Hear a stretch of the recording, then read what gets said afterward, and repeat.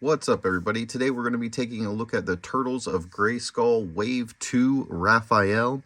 In the entire Wave 2, we have Beastman, Shredder, Ram Man, and then, of course, Raphael. Today we're going to look at Raphael just so we can kind of compare him with the other two Turtles that we got from Wave 1. Michelangelo's coming in Wave 3. Really excited to get that figure. I have seen some teaser stuff about him. He looks like a really cool figure, and I'm really excited to complete the set of 4 Turtles. Just about as much as anything. These other guys here are also going to be real cool. They'll be coming out later, either this week or next week. We're going to unbox some of these guys, but just to try to keep the length to a reasonable amount, I'm going to try to limit it to 1 figure per video. So today we're going to be taking a look at Raph. We'll compare him, like I said, and right now we're going to get rid of everybody else, kind of focus in on Raphael, and then dive in a little closer to him. So here is Raphael solo. It says Raphael, hard-headed size specialist. We got He-Man and Leonardo on the top of the box, signifying that this is a good character. I will show you real quick. Right here we have the Shredder box, and as you can see, the bad guys have Shredder and Skeletor at the top of them. So that is another way you can tell whether they are going to be a good guy or a bad guy in this line, just due to the characters at the top. So we've got the same kind of breakaway bricks that we've seen in the Wave 1 line. I really like that. I really like the color scheme, green and purple. I'm here for that all day. 2 of my favorite colors. As we turn around to the back of the box, we can see we've got Raphael battling Slaker up here, who is a cross between Slasher and Faker, I'm guessing. You can see kind of the little Faker stuff on the inside there. Pretty cool character. As we go down here, it says the Turtles tracked Shredder back to Krang's Technodrome. Raph charged headfirst into the fray before a flash sent them to Eternia. Now adorned in Ram Man's spare armor, Raph's back to tracking Shredhead and looking for a way back home. And then in the cross cell, we've got Ram Man, Shredder, Raphael, and Beastman. And then his action feature, it appears, is to remove the Ram Man helmet. I always like this down here, Mattel empowering the next generation through play. It's just kind of a positive, nice little saying, and I like it a lot. So what we're going to do now is get him pulled out of the box and take a closer look.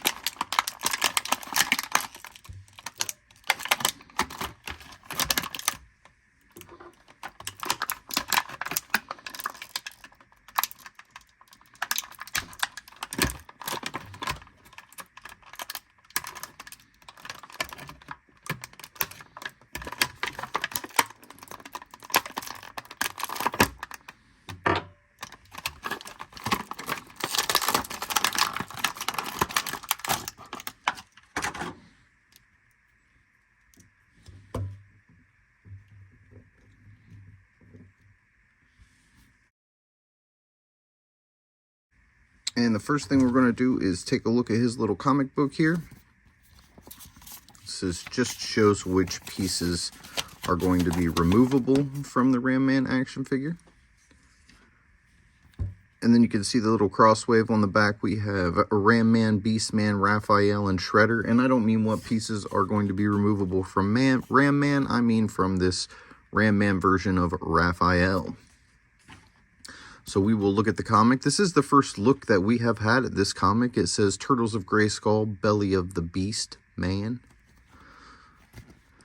And then we've got some pretty cool artwork on the inside. As per usual, I'm not going to slowly go over every single page. I'll just kind of hold it up so you guys can get a look at it. And I'm going to combine all these comics into one story-like video once we get them all out. So I feel like we want at least 4 different versions of the comic.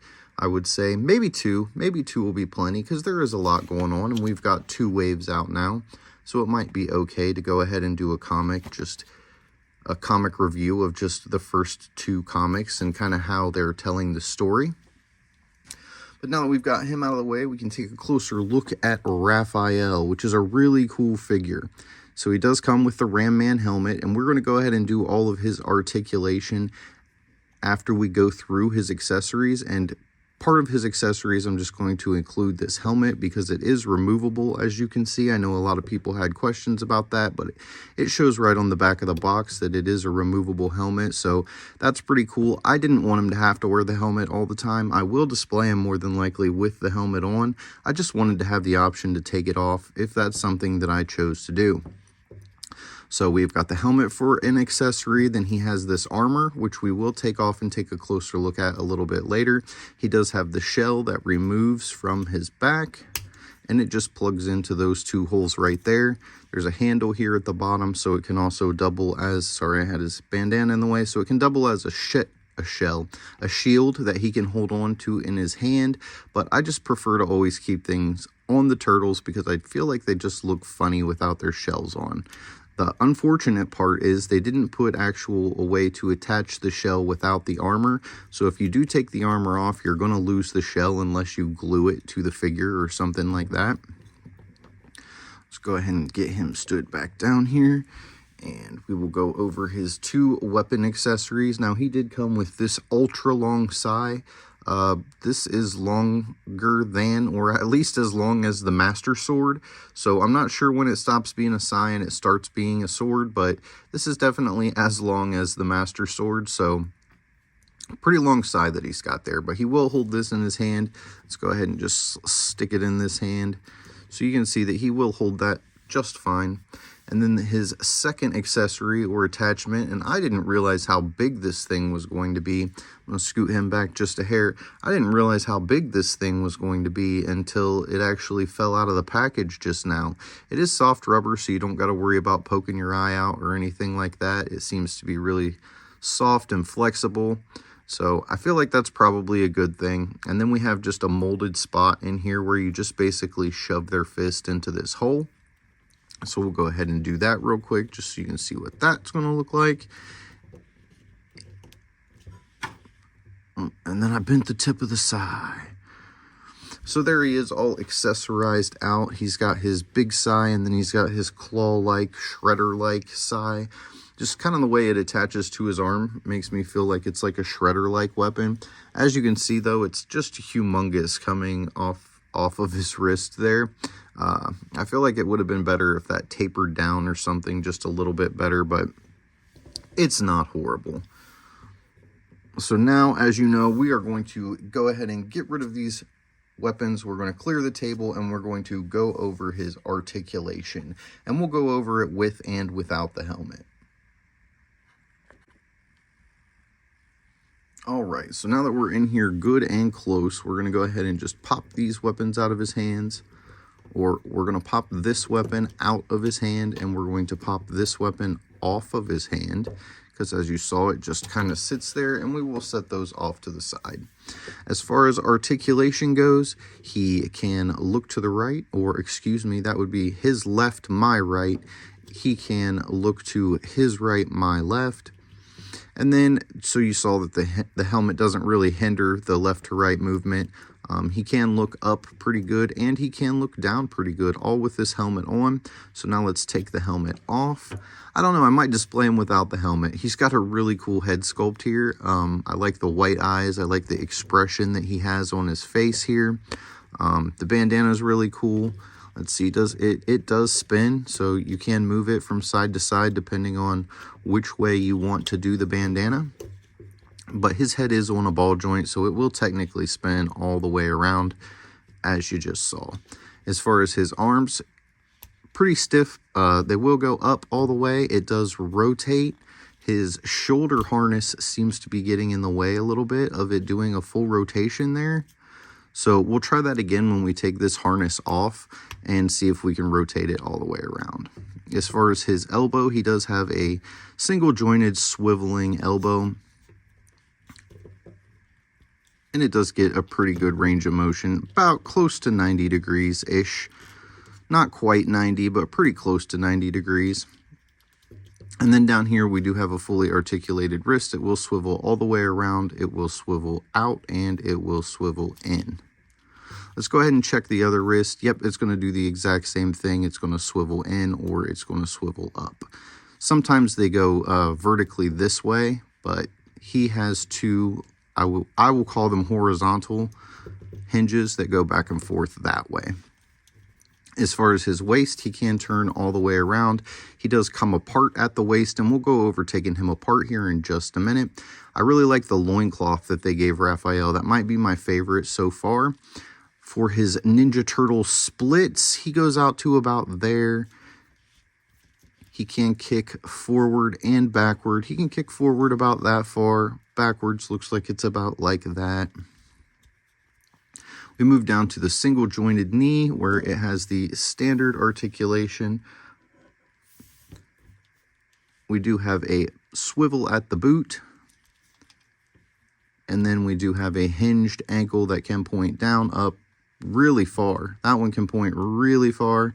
And it can also spin or rotate, rock around back and forth on that joint. So the posability for this guy is virtually endless. Let's get him stood back up here. Gotta straighten that leg just a bit so he is going to be able to stand. The cool thing is they give you so much articulation in the character that you can pretty much get him to stand up. What we're going to do now is pull off his armor, take a look at him with no armor on, take a look at the armor kind of by itself, and then we'll do a little comparison with some of the other turtles. So here we've got Raphael pulled out of the armor, and this piece is a lot harder than I thought with the sai and the loincloth and the bandana and the actual helmet.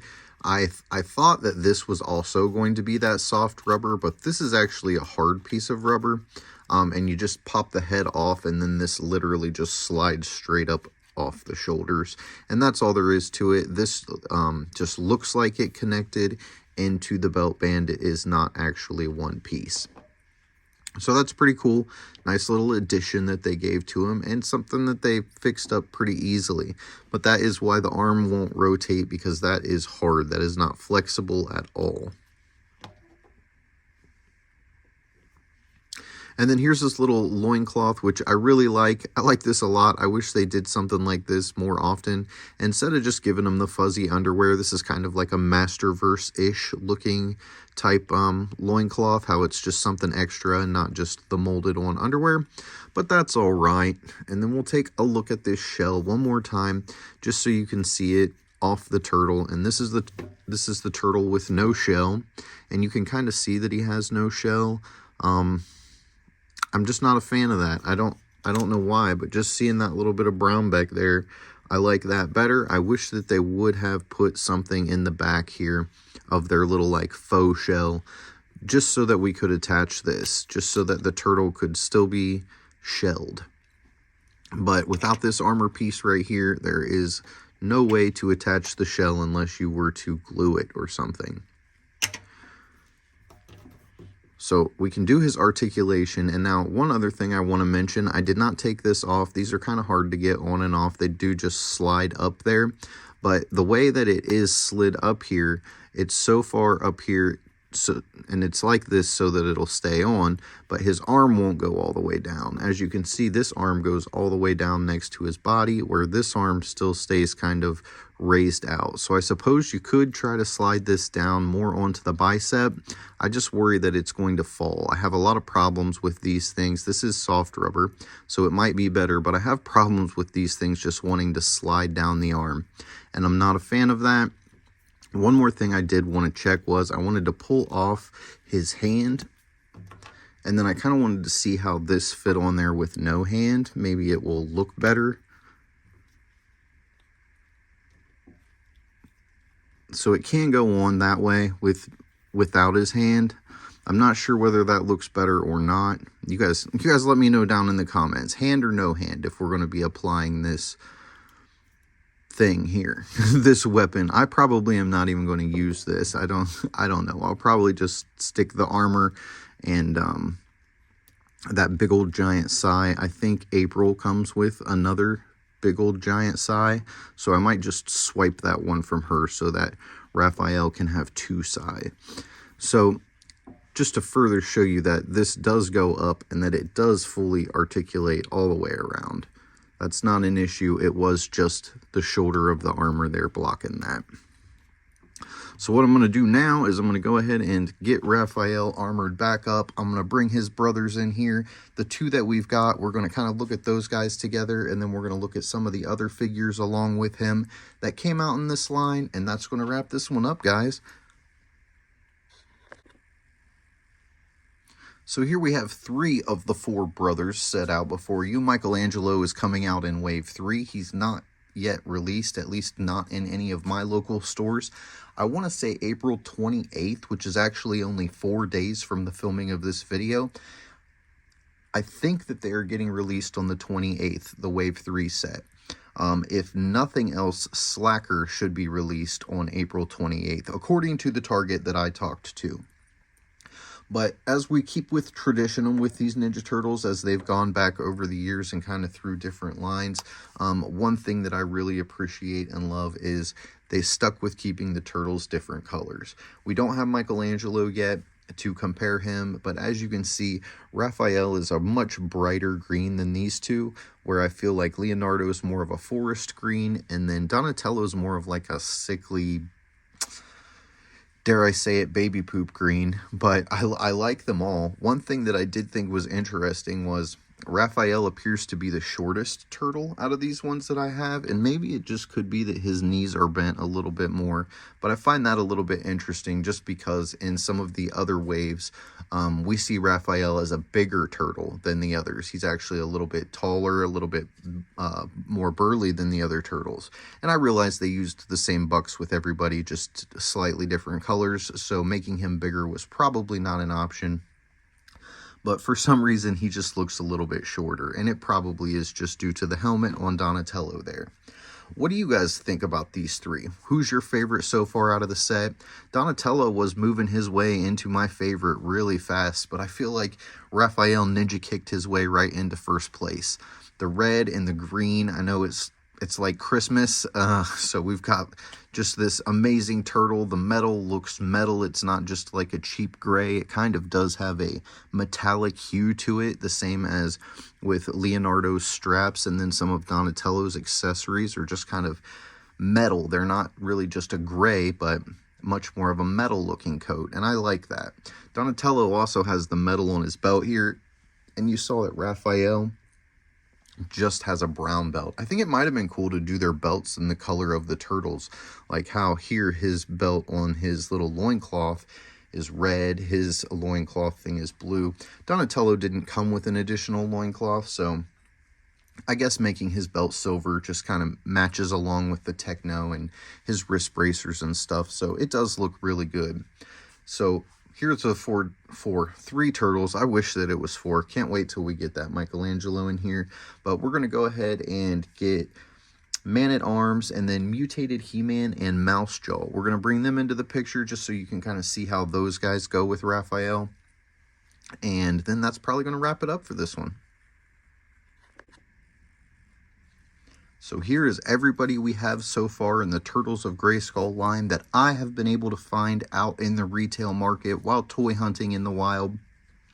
I know you can pick some of the other figures up if you order them early. Pay a little bit more for them and you'll get that early access. I just got hip to that knowledge by an excellent reviewer, the Man-Child.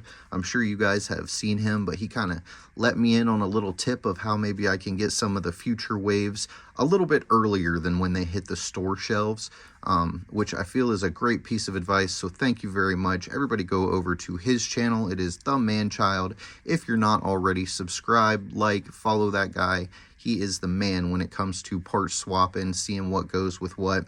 Really good reviews over on that channel, and he does all of the little extra things that I don't have the ability to get to right now, especially due to my memory space constraints, which is one of the reasons why the videos have to stay a little bit shorter.